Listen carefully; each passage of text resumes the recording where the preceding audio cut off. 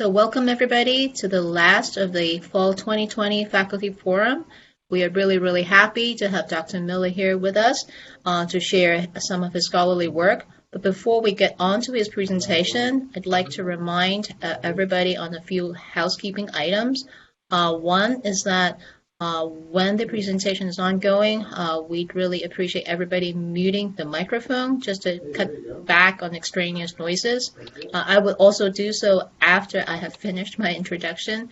So the microphone function should be towards the top of your screen, the second button from the left. So if you can check that it is muted, that would be appreciated.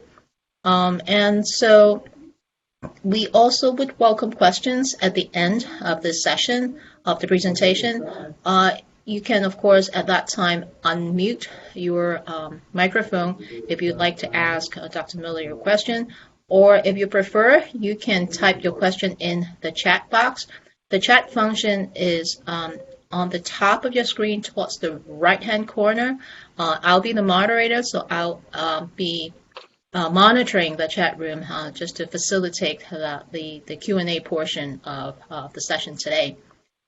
So without, I guess, further ado, let me introduce Dr. Miller. Dr. Nathan Miller has been a faculty member of the campus physics and astronomy department for 18 years. His research on X-ray astrophysics has involved both students at UW-Eau Claire and investigators at locations including Germany, Belgium, the MIT Kavli Institute, and the Harvard Smithsonian Center for Astrophysics. He has principally worked on data taken by NASA's Chandra X-ray Observatory and the European Space Agency's XMM Newton satellite. In addition to astronomy, his research with students at UW-Eau Claire has involved interdisciplinary topics such as the physics of music and photography. So welcome, Dr. Nathan Miller. The platform is all yours. Okay, thank you very much for that kind introduction. So as she mentioned, I'm going to be talking about some recent spacecraft observations of the hot star Zeta Puppis. So I want to begin by just introducing the star. So it's a very hot blue star. Sometimes I will call it Zeta Puppis, and sometimes we'll use the Greek letter, depending on how much room I have. But this is an artist's interpretation of what the star might look like. We don't actually have any pictures this zoomed in. To us, most stars are just points of light in the sky. So from that little bit of information, we have to figure out what's going on with them physically. Just a little history on the name, which I find kind of interesting. In the ancient world, there was a giant constellation to the south, a group of stars called Argo Navis, and that's Navis as in Navy. So it's the good ship Argo, and it was the ship of the Argonauts.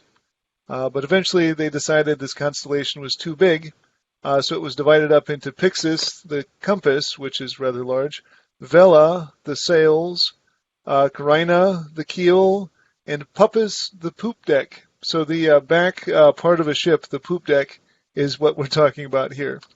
Here's a little clearer picture of it. Those of you, so here's the constellation of Puppis, and then here's the star Zeta Puppis. So that's the star we're talking about. Now, if you talk to most astronomers, they've sort of finished with the bright stars, right? They've been studying the bright stars for years and years, and now people are on to obscure little galaxies that you need a giant telescope to see. But X-ray astronomy is a lot younger than other types of astronomy, and so we're still studying the bright stars. And as I'll talk about later, it's hard to, the stars don't emit a lot of X-ray light, and it's hard to receive X-ray light, so we're sort of lucky to even see the bright stars. So we're looking at an ordinary named star here that you can see up in the night sky. Or at least you could see if the Earth wasn't in the way. Okay, so those of you who are familiar with astronomy know the star Sirius, which is the brightest star in Canis Major, the big dog. So this is sort of the head of the dog, and this is the feet of the dog here. And that's easily seen in our winter sky if you look to the south. And if you take this star to that star and shoot off in that direction, so delta to eta, you end up at Zeta Puppis here. The trouble is, for those of us in Wisconsin, the horizon gets in the way. So during the winter, you'll see this constellation close to the south, and then this will be the southern horizon, and often there are houses and trees in the way, and Zeta Puppis never quite gets above the horizon. So this star that I've actually been studying for about 20 years, I've actually only seen with my naked eye one time when I happened to be visiting my brother in Texas during the winter. And their horizon is further to the south because they are more southerly, and so I could actually pick it out. Okay. The nice thing about satellites, though, is they point at anything you tell them to, so the Earth doesn't get in the way for them. All right. So just to compare it to something we're all familiar with, I'm going to compare this to the sun. And every star has a surface temperature, and that surface is not really something you could stand on, but it's basically the entire star is gas, and at some point the light can escape into space, and that's called the photosphere, and it's just sort of what you would see if you could look at a star, which of course you shouldn't because it's dangerous. It's bad to look at the sun, and it would be even worse to look at Zeta Pup if you were up close. Okay, so the sun has a temperature of 5,800 degrees Kelvin. Um, so that's the surface temperature of the sun. Zeta Pup is a hot star, as I said, and it's a lot hotter. So 40,000 degrees Kelvin, so much hotter than the sun.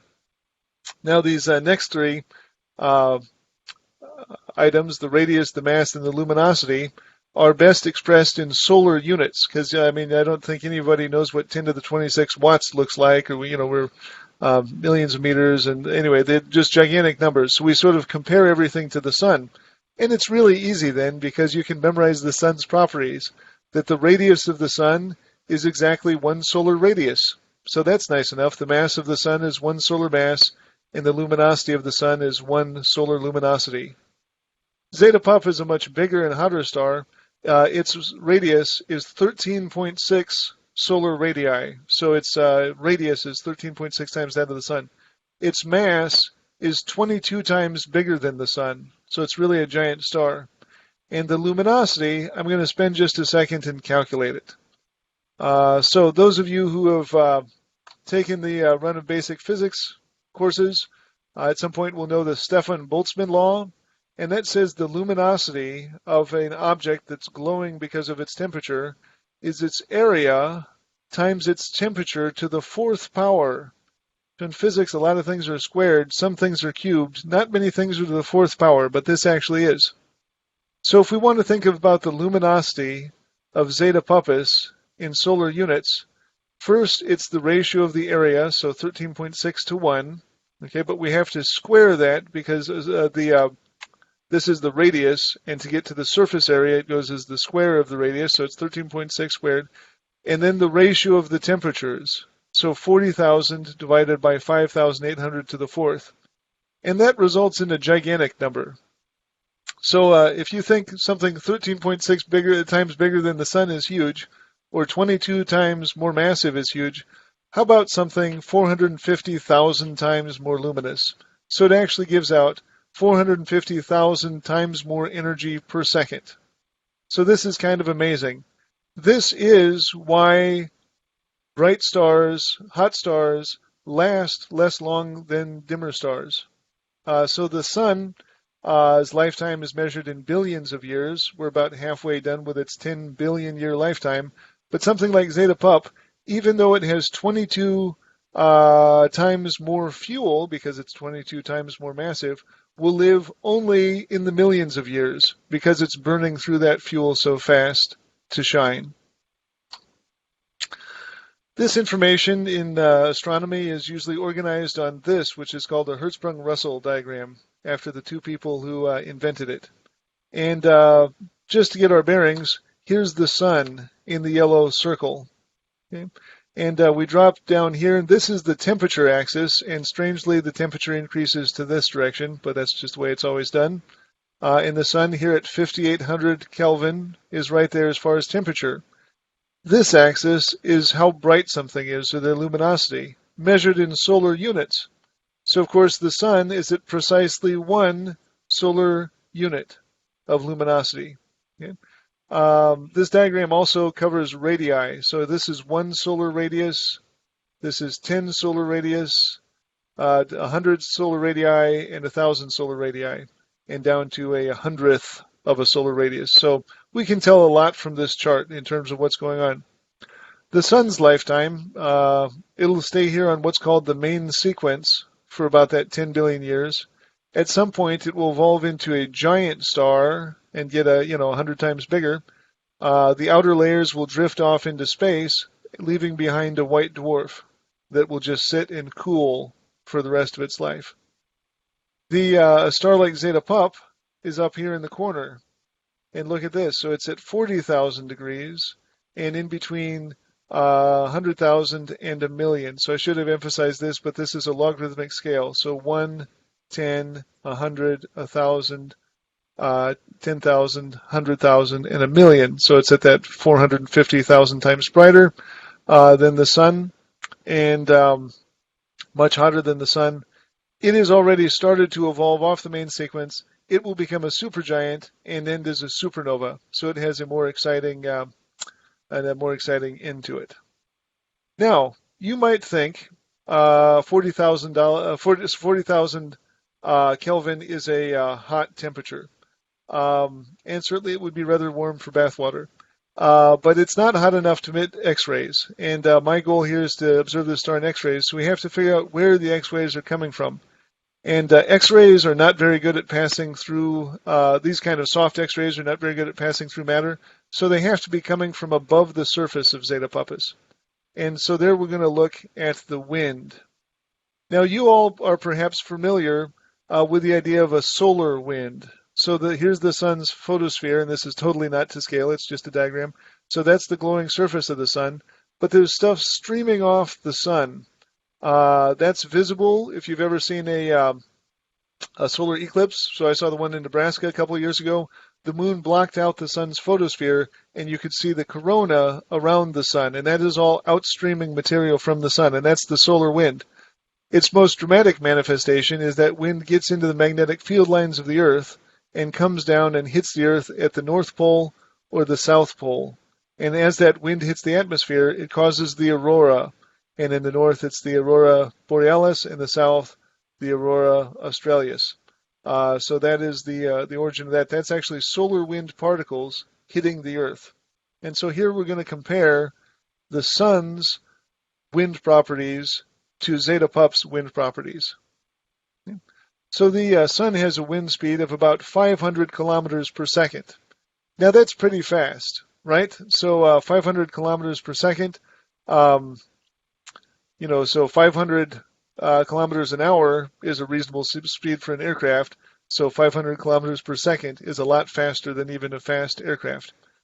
Zeta Pup is much faster than that at 2,250 kilometers per second. So the material streams out very quickly, partially because of that high luminosity. So for Zeta Pup, I don't know if you've ever heard, but some people have the idea that you could sort of sail through the solar system on the pressure of light. Well, it's actually the Zeta Pup's light pressure that's pushing out the material this fast. So it's that super high luminosity that actually drives this big wind. So that's the speed. But then you might ask, what is the mass loss rate? How much material is flowing out from the star? And of course, the natural unit for that in astronomy would not be kilograms per second, but solar masses per year. And so for the sun, it's 2.5 times 10 to the negative 14 solar masses per year. And for Zeta Pup, it's 2.5 times 10 to the negative 6 solar masses per year. Those are a little hard to get your mind around, so I wanted to make them somewhat concrete. Originally, I was going to put the sun in terms of aircraft carriers mass per year, but even that got too big. So here's what I settled on. The sun loses about 1/millionth of a moon mass per year. Right, so I'm just comparing the mass to the moon. This is outstreaming gases from the sun, has the same mass as about 1/millionth of the moon. On the other hand, Zeta Pup loses approximately an entire Mars mass per year. So just for a comparison of mass, this outstreaming gas from Zeta Pup every year is the amount of mass of Mars. And that actually matters. So this amount is never going to really amount to a hill of beans as far as the mass of the sun. But here, this means in 1,000,000 years, you lose one solar mass. So during the course of its lifetime, it may lose up to a third or a half of its mass through its wind, stripping off and revealing lower layers before it actually becomes a supernova. So to really chart this star's history into the future, what it's going to do, you have to know how much mass it's losing through its wind. So that's why it's important to study the wind. All right. Now, X-rays. X-rays are something we're all familiar with. You go to the doctor, you have an X-ray. What are they actually doing?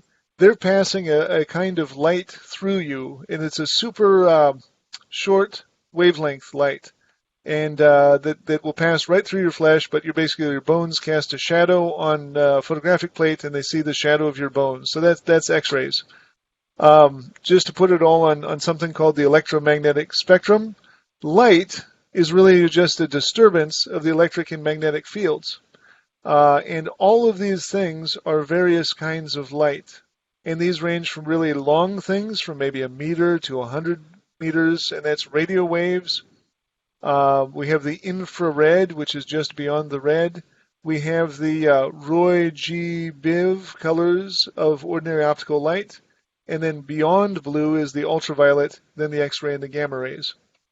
And what we're talking about here, the band that my satellite that I used, the Chandra satellite, is sensitive to, are the X-rays. Now, the most fundamental way to measure the what these various kinds of light are is to measure it in wavelength, and we use the angstrom.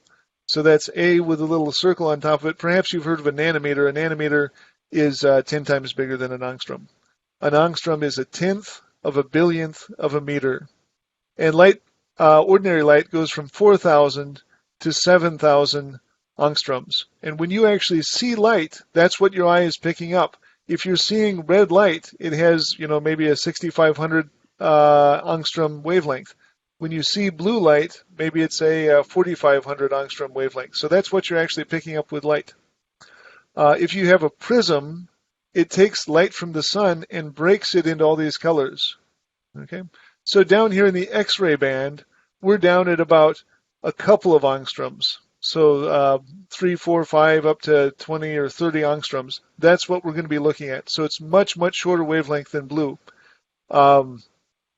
Like a prism breaking it into colors, we're going to break this X-ray band into colors to see what's going on there, to see what's going on in a spectrum that shows the various wavelengths.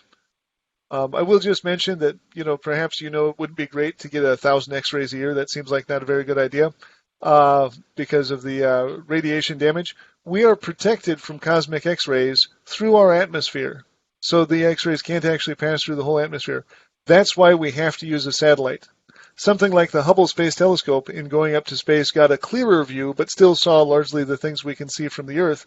To see X-rays at all, you have to be orbiting the Earth, or at least outside the atmosphere. Okay, so Chandra, which I'm going to talk about here in a second, is NASA's orbiting X-ray Great Observatory. So this was back in the 80s and 90s. They had this idea that they're going to come up with a great observatory for each wave band, and so the one you've heard of is the visible one for visible observations is the Hubble, and the Chandra was the sort of flagship observatory for the X-rays. It was deployed by the Space Shuttle around the year 2000. I think it was 1999. So here it is coming out of the shuttle bay, and then it was launched by a rocket into a much higher orbit than the shuttle could actually do. Here's Chandra, artist illustration, obviously, in orbit. You see sort of a sunshade that protected the optics but opened at some point. And then you have the solar panels, which provide power for it. And it's been working very well now for about 20 years, so they really have the operations for the spacecraft down. This is another view of it. The X-rays actually come in these little slits here. Okay? And behind those slits are mirrors, but instead of being face on, so the light would hit them, the X-rays would actually just burrow into that kind of mirror. They have to skip off the mirror like a stone skipping off the water. And so the mirrors are kind of almost edge on underneath there, and very tiny amounts of light get in there. Now this was a $1 billion spacecraft. It was actually proposed about the time I was an infant or a preschooler, and they had it launched just in time for me to use it in graduate school. It's very hard to make an X-ray observatory. Took a lot of effort, and even now you don't get a lot of effective area. You don't get a lot of light bucket to catch the X-rays. So the X-rays come back through the mirrors. They bounce off the mirrors. Then they pass through a transmission grating, which acts like a prism and breaks the X-ray light, up into its constituent energies. And then it's detected in the back here using the CCD imaging spectrometer in the back end of this spacecraft. So that's the basic idea here. Um, Now, where do stellar X-rays come from? Once again, I'm going to use the sun as the model. Okay, so it's been known since at least the 60s that the sun emits X-rays, and this is what the sun looks like in X-rays. Now, obviously, the sun is not red in X-rays. We have to choose a color, so we're choosing the color red to illustrate the X-rays here, and it looks very different than the sun we're used to. The regular sun is mostly a shining surface with the occasional sunspots. Here we see that the sun is largely not emitting very X-rays except for regions around the sunspots. And what's happening there is magnetic fields are capturing and heating the particles there and causing them to be much hotter than the surface and glow in X-rays. Because again, the surface of the sun is only 5,800 Kelvin. That's the only time you hear that phrase today. But we need to have it in the millions of degrees to be emitting X-rays. Here's a closer view of the sun. This is a more modern spacecraft, and you can really see these loops. And this is actually a combined image from a series of spacecraft. You can see all these loops of magnetic field holding and heating the X-ray emitting gas. All right, so that's a beautiful picture because the sun is close cosmically. We have to come up with sort of a cartoon model to think about Zeta Pup. So in both of these, so these are the two main ideas of hot star X-ray production. And let's start with the one on the left. So here's the eyeball. That just in astronomy represents, that's the observer. That's the side you're on. And then this shading indicates how hard it is for light to reach you. So this light is relatively easy to reach you. This light has to pass through a huge amount of gas to reach you. So it's actually somewhat absorbed by the time it reaches you. This blue thing is the star. Zeta Puppis, and here are some magnetic loops. Okay, and so those are similar to what we're talking about here, these kind of loops that could be emitting X-rays. And originally people thought, well, if these stars are emitting X-rays, it must be something like the sun.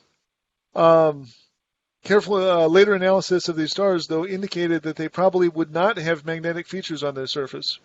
Though recently people have argued that maybe they could have magnetic features on the surface. So this is one of the things, these, science sort of goes in fits and starts. So they've been arguing back and forth, are there magnetic features on the surface that would emit X-rays? Okay, so that's this idea of X-ray production.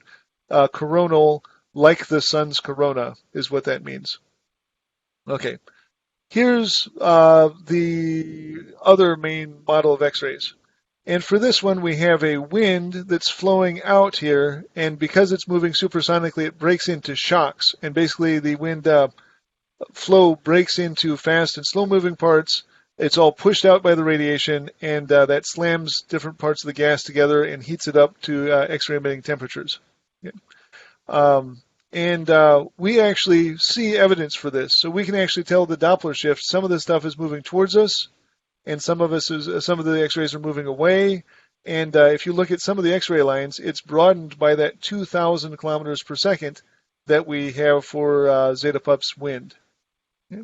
So certainly this model is contributing something. The question is this model contributing anything or not? And that's going to be what I'm going to try to answer here by saying the gas that's close to the surface, is it hot enough to be emitting X-rays? So that's sort of the goal of this.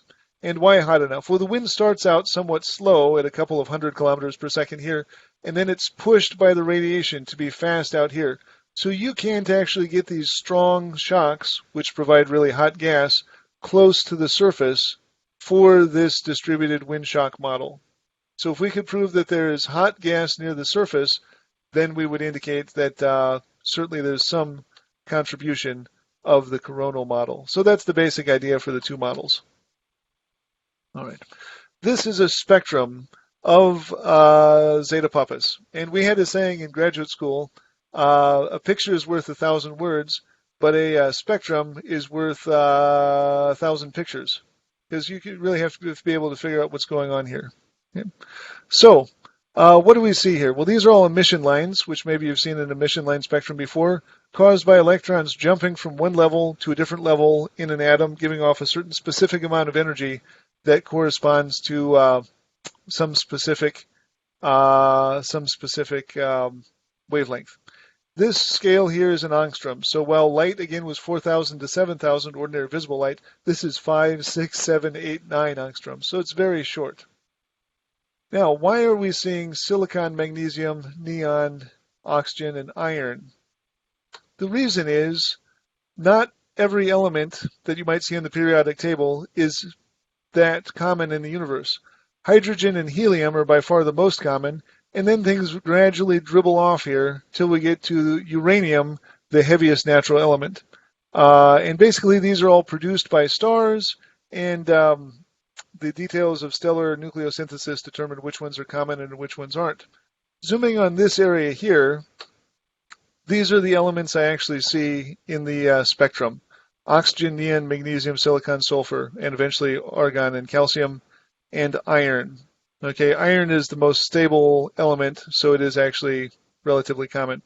There's an even-odd effect here where these elements are not as common as these elements, but these are basically the ones we see. We don't see hydrogen and helium because at these X-ray emitting temperatures, they are fully ionized, so they don't make any bound transitions because there are no electrons left attached to them.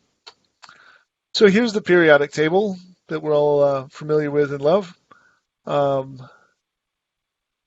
Okay, so I'm going to zoom in just on the top because those are the elements we see. Okay, so here's hydrogen, helium, lithium, beryllium, nitrogen, oxygen, neon, magnesium, silicon. These are what we see for the X-ray spectrum. And here's how we number the ions of elements. So oxygen, neutral oxygen would be given a Roman numeral 1, or more correctly, its spectrum would be given Roman numeral 1. And then this would be called oxygen 2, 3, 4, 5, 6, 7, and 8. Okay? So if you look at the spectrum, it's actually 7 and 8 are present. So that has had enough electrons removed from oxygen so that it only has 2 left. So that's called helium-like oxygen. So it's helium-like in the sense that its lines have the same pattern as helium does, if you looked at a helium spectrum, an optical helium spectrum, but they've been shifted down way into the X-rays because of the greater nuclear charge of oxygen. Okay, and then hydrogen, like oxygen, obviously just has 1 electron left.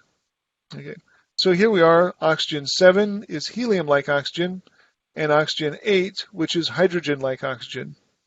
And we see these others occurring in similar pairs. Hydrogen, helium, and so forth for magnesium and silicon. Okay, and that basically told us what the temperature of the gas was, and we could demonstrate that there was a gas of a couple million degrees. But what about the hottest gas? So this stuff down in this part of the spectrum didn't get enough counts for us to really see what was going on. Okay, I'm going to go over this really briefly. Iron 17 shows up because iron 17 is actually, if you count here 17 steps back, it's neon-like iron. So in the same way that neon is a noble gas and that's a stable configuration, neon-like iron is a stable electron configuration, and so it's a very common ion over a wide range of temperatures. Okay, so that was the observation in 2000. It was 67,000 seconds long, or 3/4 of a day. We applied for new observations that are 813 kiloseconds, which is 9.7 days. So in terms of a year of Chandra observations, we got almost 10 days of it. So that was a pretty big program. And this is the paper we published based on it. So David Hernemerter, he actually did most of the detailed statistical analysis I'll talk about later. But this is the whole team from Massachusetts and Tennessee and Eau Claire and University of Iowa and Potsdam and Liège and so forth. All right. So here's our new spectrum. So if this is the old spectrum, the new spectrum zooms in on the shortest wavelengths that will give us the highest temperatures, the sensitive to the highest temperatures. This scale, we didn't actually show the 4, 3, and 2 angstrom data in 2000 because there was not very much here. Here we can see the 4, 3, and 2, and we actually see things there. And what do we see? Well, in addition to the magnesium and the silicon and the sulfur that we saw before, you can see argon. Okay, so this is a helium and hydrogen like argon. You can see calcium, and way down here, you can see helium-like iron. So this is an iron nucleus that's so hot that the electrons have all been stripped off except for 2, leaving it like helium. Okay? So to even have the presence of these ions indicates that the temperature is really hot. But more than that, it is precisely modeled here. So the black stuff, the black line there, is the actual data. The red stuff is a model based on atomic physics, and you can see little peaks. So do we really believe that peak? Well, there's something there exactly where we would expect there to be a bump, and there's something here exactly where we'd expect there to see a bump for argon. So it really seems as if these things are real. Okay. Dave Herneberger did the statistical analysis. And here he did sort of a cross-correlation of we would expect a range of temperatures, and that's characterized by beta. Then we talk about a maximum temperature. That's what we're trying to measure. There's a certain amount of gas between us and the star and how strong the emission is. Anyway, so he does these series of cross-correlations, and this is what we get for probability distribution for the hottest gas. Okay? And this is in logs, so it's 10.078, so 10 to the 7.08 Kelvin. 10 to the 6 Kelvin would be a million Kelvin. 10 to the 7 Kelvin is 10 million Kelvin. So 10 to the 7.08 Kelvin is 12 million Kelvin. So that's the hottest temperature gas we see. There are other ways of demonstrating that these ions are coming from near the surface of the star. And so basically in terms of this picture, we have demonstrated that there has to be some sort of contribution from these coronal X-rays.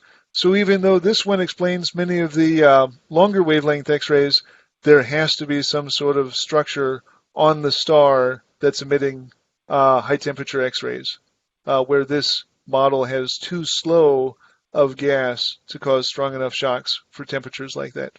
So that was kind of the outcome of this project.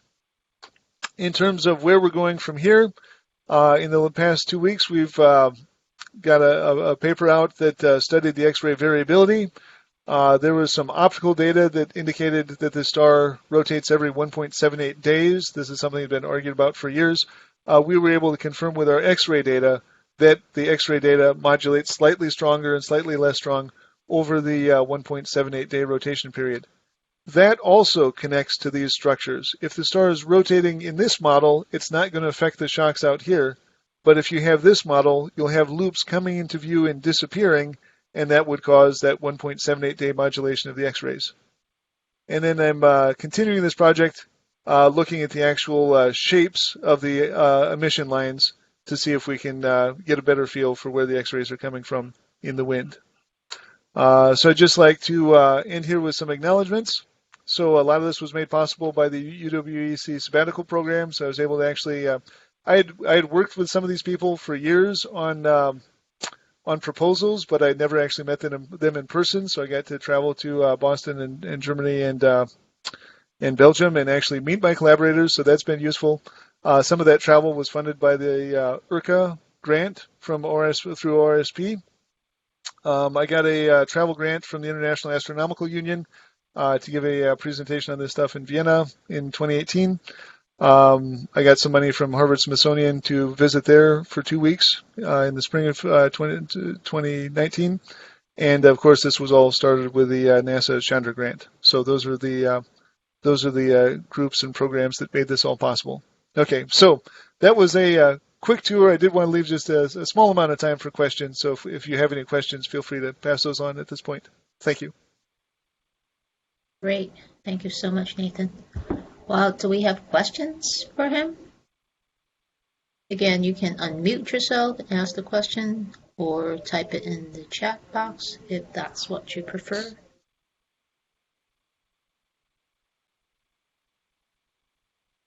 Hi, Nathan. Teresa O'Halloran here. Yeah. Great presentation. I'm wondering, I barely heard of Chandra. I wonder what else is being looked at, quote unquote, by that device out there. Yeah. So it has two sort of main modes. One of which is spectroscopy, where you look at something and you see a series of emission lines or a continuum emission, and that tells you about a lot of the physics. But often you want to see how things are spread out. So this actually has some imagers on it too.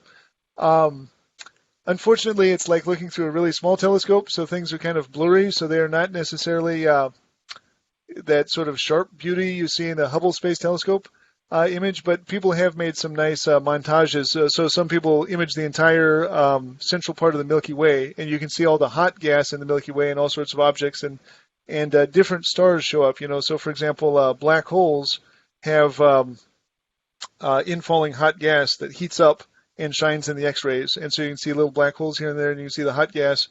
Um, so I would look at there's this website called the Astronomy Picture of the Day, and it's been going for maybe 25 years now. So just if you Google APOD for Astronomy Picture of the Day, they show a beautiful picture from astronomy every day, and some of those are X-ray images, and others of them will show you just what the other satellites are producing.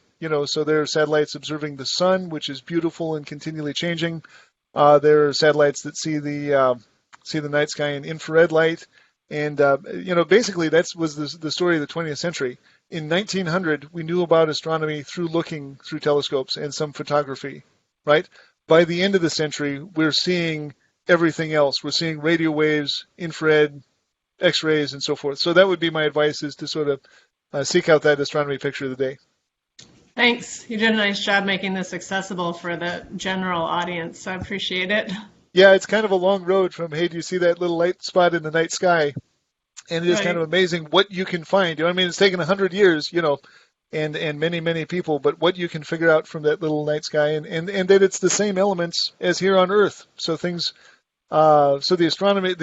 Chandra community is really connected to sort of the fusion community and people doing high temperature gas research on Earth, because it goes back and forth. We can see states of matter they can't produce in the laboratory, and what they can produce in the laboratory gives us confidence when we're interpreting these things in space. So it is always a department of physics and astronomy. It's interesting how they're always connected. That's my I guess. Nathan, there's a question in the chat room Yeah. from Karen's asking, has any student been involved? And I would perhaps extend it to say, how can students get involved in this Yeah. type of project? Yeah. So I have had students involved in other X-ray observations. So basically, the nice thing about this is, you don't need a vacuum chamber or a really complicated piece of equipment. You really need a computer that runs Linux, and then you can download the programs and do analysis yourself. So in this particular project, it largely has been me. I had a student last year. So this temperature stuff has been largely me working with the collaborators. I had a student last year who worked on the X-ray variability part. So he basically downloaded the X-ray data, binned it into certain time bins, and sorted the photons into those bins to see if we could see variation on that 1.78 day period. So a lot of the other of my real recent student projects have been the ones in sort of camera optics, and right now I have one on acoustics. But it sort of comes and goes in terms of what students are interested in. But over the years, certainly I've had a series of students do projects based on this, because it is, it takes a while to get them up to speed, but at least it's all computer based, so it's something that we have working. Yeah, great. Well, actually, it's time. Time Yeah, flies time when, flies when you're right? having fun. So yeah, Right, right. So thank you again, Nathan, for spending time with us, and thank you everybody for joining the Fall Faculty Forum. This is the last of the Fall Forum, so please plan to join us in spring. So thanks again, and have a great day, everybody.